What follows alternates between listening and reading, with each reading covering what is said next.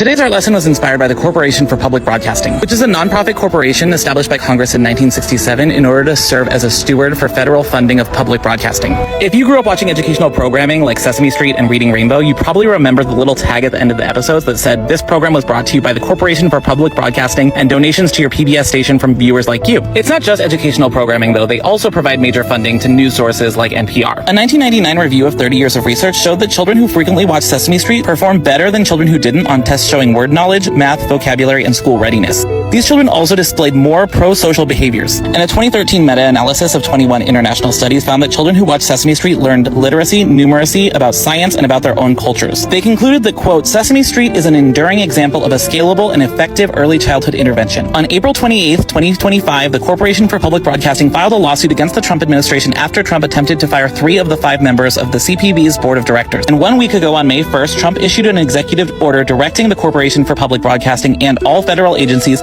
to end funding for PBS and NPR. They want to rescind more than $1 billion of funding. This is part of an increasingly concerning attempt by the Trump administration to gain control of the media by shutting down organizations they feel they cannot control. This is at the same time they're pulling grants that have already been awarded from the National Endowment for the Arts and the IMLS. It's an escalation from the already anti-child policies of the Republican Party into full-blown authoritarianism. For our lesson today, we read this book called My Friend LeVar about LeVar Burton. LeVar Burton was the host and executive producer of Reading Rainbow starting in 1983. The show ran for 23 seasons. And he's used this platform to advocate for children's literacy as well as for funding of public broadcasting, like he did when he testified in front of the House Appropriations Committee.